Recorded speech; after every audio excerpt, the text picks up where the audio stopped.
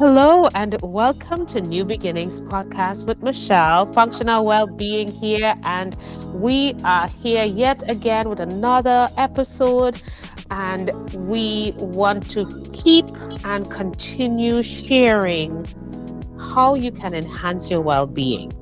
But we are in the month of June and we want to share more of enhancing your well-being through different avenues. But dads, this is a special one for you. Fathers out there, dads out there, the month of June, it's your month and we appreciate you. We thank you for being dads because at the end of the day, our children need you in their lives.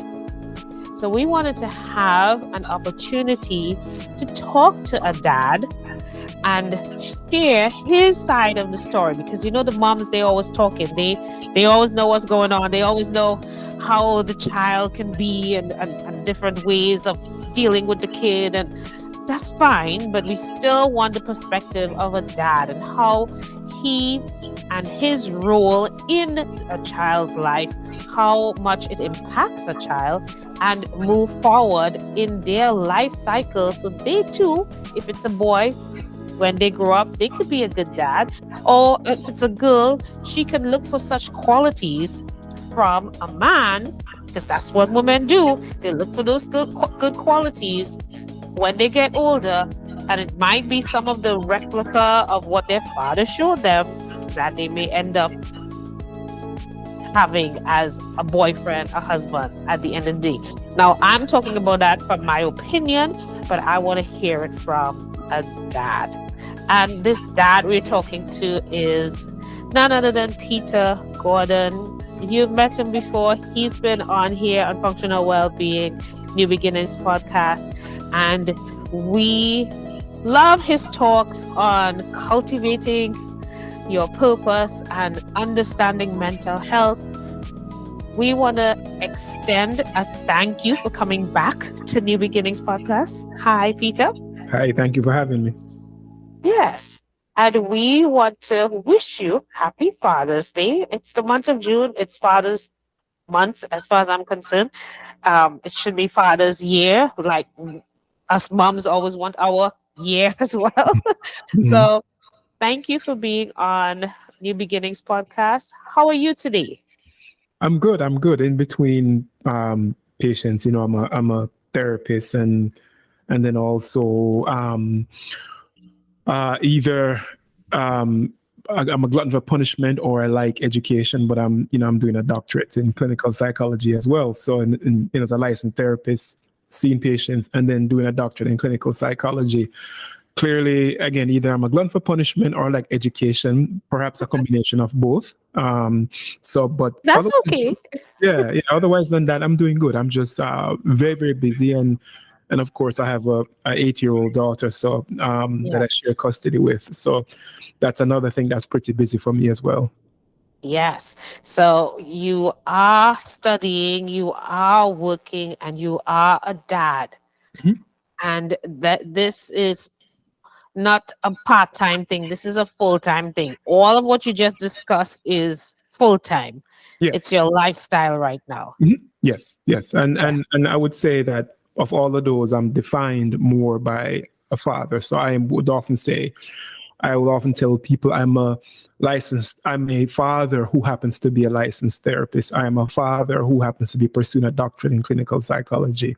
So at this stage of my life, fatherhood is what defines me. It perhaps always will, but at this stage, it defines it at a greater extent because I'm so involved in her upbringing, especially at this very formidable stage in her life.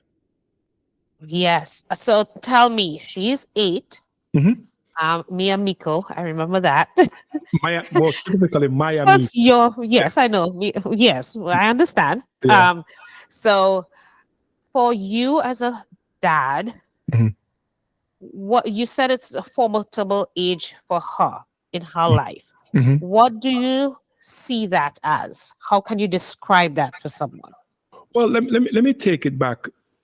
Let me backtrack further. When I say formidable years, they all are formidable, right? But I think the thing parents have to understand. And I think, I cannot remember his name, but he was a psychologist that I thought described, I think he's a neuropsychologist rather, either neuropsychologist or neuropsychiatrist, one of the two. But I cannot remember his name, but I thought he described it in the best way possibly can. He said, children are born with about 400 psychological characteristics that are unique to them, that have nothing to do with us, right? Nothing to do with us. We think we can be engineers, that we can somehow play Mozart for them in vitro when they're in the womb. And some of them are going to come out being classically trained pianists or whatever, right? Or we can expose them to arts and art history, and somehow they're going to be suddenly the greatest artists in the world. And it's not even remotely true. The point is, he was arguing, is that parents see themselves oftentimes as engineers, when really what they are shepherds, right?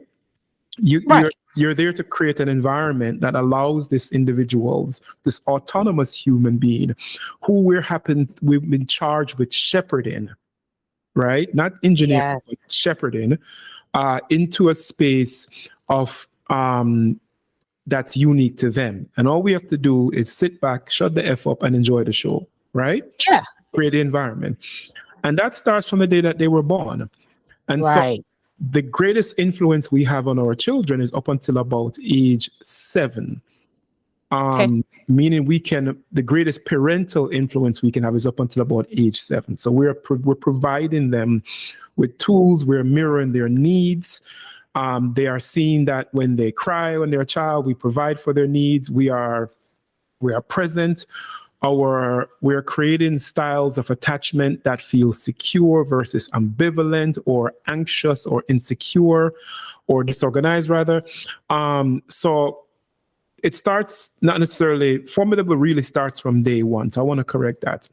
And again, you have the most influence up until about age 7. Age 8 on to about 15, it drops to about 6%, right? Wow. Meaning that they're not listening to you. They're forming their own pathways. Your job again. That's when people tell me, oh, I discipline a child, a 12-year-old. You're a dummy. They're not listening to you. You're going up against a wall. The point is, you create that environment. Then you create that environment that they feel safe to come talk to you. And that's why I said formidable years, because those are the years where they're going off on their own. Yes. Age 8, they're starting that.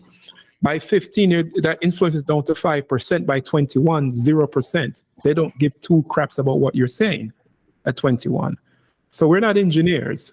So my philosophy is with her now, is at this stage of the life, is to create an autonomous human being with her own opinions. And I saw it on full display that my influence is going down, because I remember she had a play at her school that she wanted to go to. The 3rd graders were having a play, so she wanted to go. And it was a Frozen play. And it was the funniest thing I ever saw, but it was a cool play. But long story short, we went there, got there. She and I went to have dinner, joke, laugh, blah, blah, blah. Daddy's girl hanging on to me. We get there and her friends are there. Now, this is an 8-year-old. She sees her friends. I did not exist anymore. And she went down. Then we went to this auditorium and she went downstairs to the front row. I just sat in the back. I did not exist. And I sat in that moment. That was perhaps a very proud moment for me, because I could see, I said, my child is actually meeting psychological markers, right? Yeah. Developmental markers, if you will. She's now started to branch out on her own. Right. Yes. So when I say formidable years, again, I want to correct it. They're all formidable, but I say 8 onwards because that is formidable in the sense that is when they are now beginning to start to branch out on their own. They're now starting to think, I can think for myself. It may not be perfect, but I'm going to start to explore. And so that's what I mean. Hopefully that makes sense.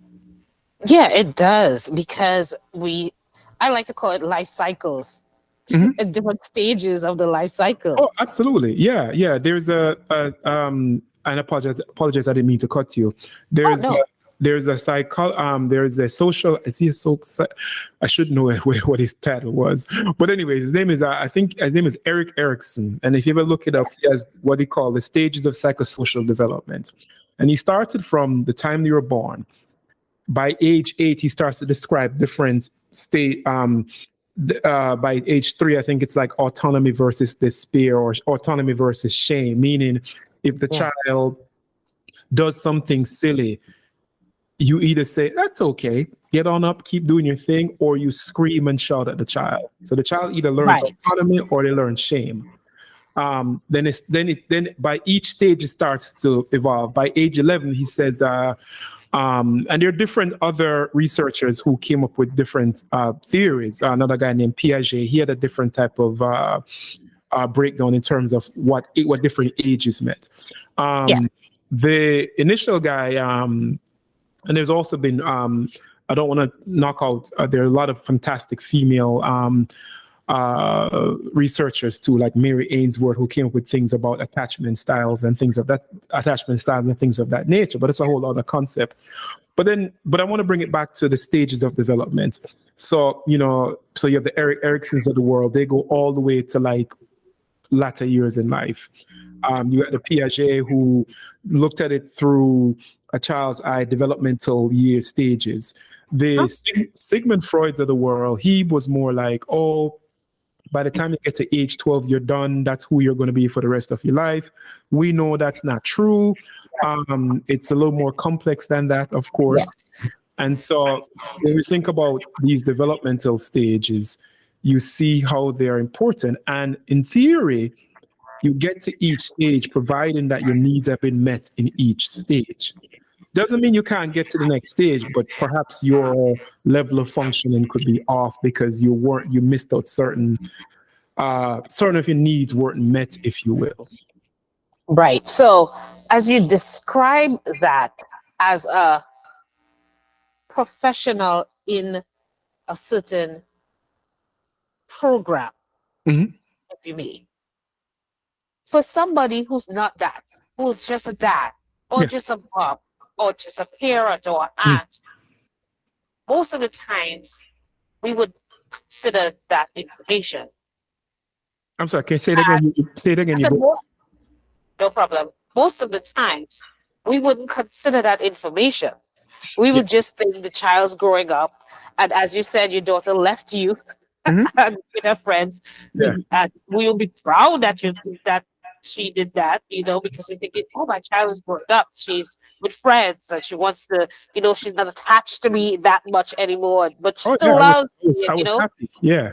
Yes. So with that being said, what would you suggest to parents when they don't understand the life cycles? Where or what should they do to become more familiar with the changes of a child as they grow older? It's such a very good question, right? If you're in the field, that's something you're studying, right? We had a whole class on what's called, and I was in graduate program, we had a whole class called Human Growth and Development. It was a whole class centered around that, right? An entire semester. And so it's not something that I would say the average lay person is going to know and find, right? Nor am I saying that you have to do it, right? But that being said, the average person who doesn't know anything about this, the simple answer I'd give to that person is this: you're not a bloody engineer. You're not an engineer. You are a shepherd. Like I said, I love and this is not a line that I created, it's a line that I heard this, and I think his name was Barkley, I think, is a Dr. I can't remember his name. Yes. But I thought it was a brilliant way of looking at it.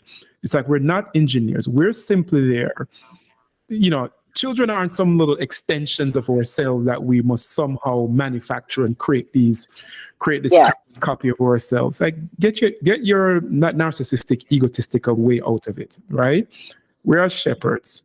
We're there to sit back and create a child that is able to function without us. Yes.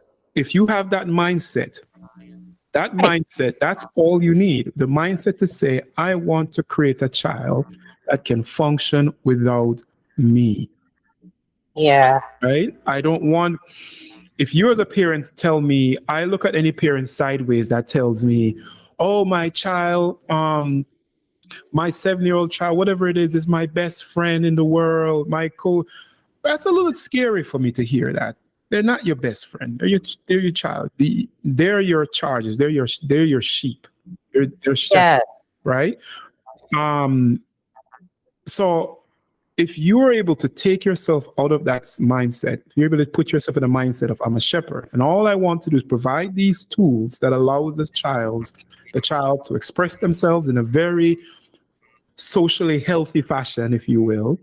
The child is not afraid of speaking their mind. The child is not afraid of hearing other different opinions, right? Because speaking your mind is great, but stupid if you also can't hear other opinions.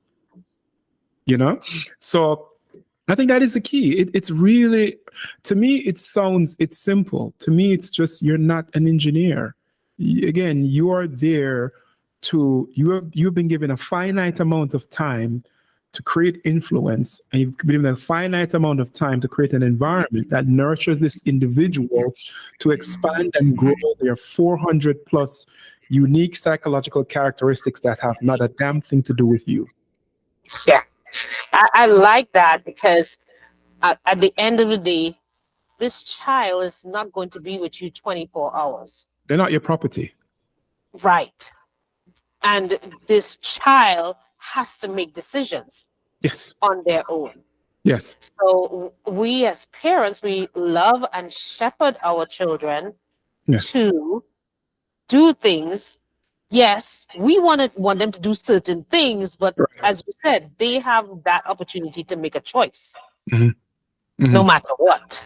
Ideally, healthy choice. You hope that, but these are their choices. Yeah. Oh, so what would you give a dad, other than being a shepherd and understanding that you are not the person to make the choices for the child? What would be 2 other ideas that you would want a father to cultivate to understand that my purpose here is to be there for my child no matter what? But what would be another concept to encourage parents to be just a parent? That you're not going to be perfect. Right. That you're not going to be, you're not some infallible being that somehow gets nothing wrong. Yeah. Right? Just show up with your imperfectly perfect self and be okay with that. Right? Like, there is no blueprint on parenting. True. It doesn't exist, right? People ask me, how do I know when I've been a good parent? Here's the answer that you know you've been a good parent. When your child is 25 years old and they can come to you and say to you, hey, Daddy, when you did this thing, it made me feel this way. And your dad can say, you know what? I didn't realize that I was doing that. I didn't have the tools back then to recognize, and I apologize for that. And the kid said, yeah, I hear you. No problem, Daddy. The point I'm making is you're going to, I'm doing my best not to cuss these days. I cuss a bit. So I respect your platform, so I'm not going to cuss.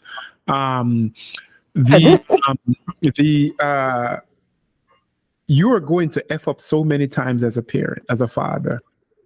You're going to do it. But what you're hoping to not do is damage that person. Yes. The point I'm making is you don't know you're doing a good job until that child hits their 20s and 30s, where they can come have a conversation with you. That is when that is when you are their friend. That is when you recognize that I did the best I could with what I had. Right? Yes. So the point I'm making is to go back again, is to recognize that you're not perfect. You're not infallible. You're going to make mistakes. Be okay with it, and be okay with feeling vulnerable in those moments, right? To say to your child, um, you know, daddy made a mistake. Daddy apologizes for this. I'll give you a perfect example. And, and it was funny. She was about 6 years old, and she wanted to watch something on YouTube on the television because, everything is streamed nowadays. Because Yes. Daddy, I want to find this thing called Katie or something like that. Or Catherine or whatever it was, Katie. And she was telling me the spelling, and I said, no, that's not how you spell it. And she goes, no, this is how you spell it. And I said, no, that's not how you spell it. Then I just got frustrated and annoyed, and I said, fine, spell it the way you want to spell it. Because she went, boom, boom, boom, boom, boom, brought it up, boom, there it was. She goes, Daddy, see, I told you it was spelled that way. And I looked there, right? Now, your typical parent I've seen oftentimes will react in a negative way to that. You just showed me up, right? Right. But for me, what I said to my child was, I said, Miko, you're correct. You're right. Daddy was wrong. I apologize. And she felt some kind of proud way and boom, boom, boom, boom, boom. And she was like, yeah, right. The point I'm making is be okay with recognizing when you failed. Yeah. You're not perfect, man. You're not even close to it. And it always sort of, the tough thing to see is when you bring in a child for therapy, and a good chunk of the time, or not even child. I mean, there's so many people that I've worked with that in their 40s and their 50s that have been invalidated by their parents for all their entire lives. And that person is still trying to figure out life and where they belong. These are sometimes very highly accomplished people. Right. But somehow the parent's influence of invalidation stays with them, because that parent could not say to that child, I was wrong, you were right. Got it. Right? Got it. So to answer your question, the umbrella, be okay recognizing that you don't have all the answers, but show up, right? Keep moving in spite of the uncertainty that life is guaranteed to give you, particularly as a parent. It is a wild ride, but it is a ride that if you take the approach of you're not an engineer, you're a shepherd, and I'm not perfect, I'm trying to figure this out as I go along, you will be able to sit back and enjoy the show. Yeah. I want to bring another point in, and that of our culture or our background plays a part in how we want to shepherd or teach our children. But then, yet again, we have to remember this child learns from other different communication avenues. Yes. And yes, our culture has a part to play too, but it is a combination of different things. 100%. And before you go any further, I should have put in there as well that what you raised was a very good point. When I say that our influence dies down after age 7, what I'm saying is another influence starts to take over. The community they're in, the friends they associate with, everything else around them. So all you're hoping to do is to have created an influence that child eventually can somehow create their own identity through the many things that are tugging and pulling at them to try to get their attention. Yep. There was a quote I saw from someone the other day, and I put it up on my Facebook page last night, and it says, we are all woven together in a great web of humanity, and whatever we can do to benefit and uplift others will reflect in blessing upon ourselves. And it was by Ellen G. White, and she's a famous Adventist woman. And she, for me, that just tells us that we are not an island. And whatever we learned it from a community of information. Indeed. The same would apply for your child.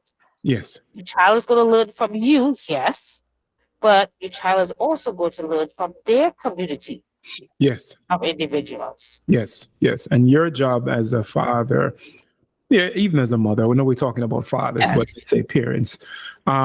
Your job is to provide the tools over time that allows that child to pick and choose what's good about each environment that they'll be in. Right? Are they going to be perfect? No. Look at, we weren't perfect, right? And you know, especially if you grew up like in a Caribbean culture, you know, it's the whole notion of if they have utterly convinced themselves they are engineers. You know, they're utterly convinced themselves, and I'm like, yeah, keep Okay. wishful thinking. You know, and that's why there's so oftentimes the parents and people butt heads as they grow older. You know, Yes. but yeah, it's a fascinating place to be in as you think about parenting. It's something that for me, like I said, I listen, I share custody, so I enjoy my me time by myself without my child. But when I have her, I just sit back and watch the show. You know, I watch it again.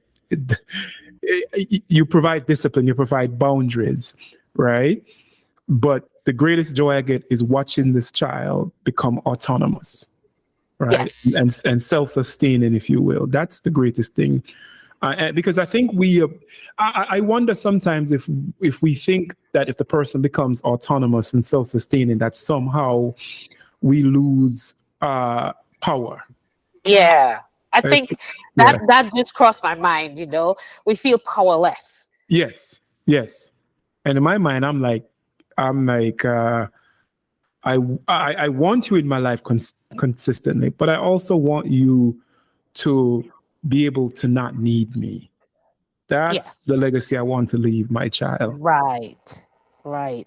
So we talked about this concept of, we're shepherds. Mhm. We guiding, a shepherd guides, Yeah. you know, versus wanting to be powerful Yeah. and creating that autonomy on your child. You want to give your child that space to use their level of thinking and ability to Right. understand how to make choices. Mhm. And we of ourselves as parents and as individuals, we do make mistakes and we need to own up on that mistake, Mhm. not feel bad, but rather own up on that mistake that Mhm. we made and admit we made a mistake so that your child can understand that mistakes do happen. Yes, Indeed. but it is, we can still move on from a mistake. Yes. Yes. Yeah. They're mirroring you every single moment. They're Yes. mirroring you. They are looking at, and they're mirroring you in ways at times. Eventually, try to find kinks in your armor, right? Yeah. Because they'll Yep. say, "Well, you telling me to do this, but you do that," right? But Right. if I'm saying to my child as a 6-year-old, "You were right. Daddy was wrong," I'm giving her the lesson that she can also say to others, "I apologize. I was wrong." Right. Right? I'm showing her that there's power in being able to take a step back and recognize that perhaps your answer, your way of doing this thing wasn't as accurate as you thought it was, you know? Right. So, Right. and I think that that's the, for me as a father, that's the big lesson. That's the big takeaway for me every single time. That's the joy I get from it, is to be Yeah. able to see all these things. Yeah. Thank you so much, Peter, for sharing your idea of how you interact with your child Sure. and for us to learn your viewpoint on how your viewpoint and how your relationship is with your child. That is I love this example. And it's something that I would like others to hear, hence the reason why we're doing this. Mhm. One of the things to end it off is we are not perfect beings, neither is your child. Exactly. So for us to be able to learn and for us to be parents to an imperfect child, we too have to have that opportunity to give them the opportunity to see that, okay, I will give you a chance if you made a mistake. Mhm. So that concept of owning your mistake or owning you, as well as letting your child allow your child to do the same, so then they can see how to come out of a situation, is very helpful. Yeah, it's really, it's sort of teaching the adage of, you know, there are no failures, they're simply lessons. It all depends on the perspective. It all depends on the perspective you add to it, you know. Yes. And that's sort of, and again, it sounds kooky and cliche, but when you really break it down, are they really failures or are they lessons? You know, Right. and so that's how I look at it, and that's sort of how I approach my role as a father, because I have good days and I have bad days. Right. So yeah. Yep. So thank you again, Peter, for sharing this with us. Yay! Happy Father's Day to you and to all the dads out there. Dads, we know, just like us moms, we are not perfect. We're just shepherding our children, and we have to give them the opportunity to spread their wings, right? So they too can grow up into children or adults that will be able to make choices and, you know, learn from mistakes, and everything is a lesson. You know, it's not a failure, but it's a lesson. Yep. Yay. Indeed. Great. So this has been a New Beginnings podcast. Again, happy Father's Day to all you dads. Have a wonderful Father's Day month, year. You be you. You be that dad. You be who you want to be, and then some, if you have to. All right? Yay. I will see you again, Peter. All right. You know you are always welcome on New Beginnings Podcast. And again, thank you for having me. Thank you. Have a great one.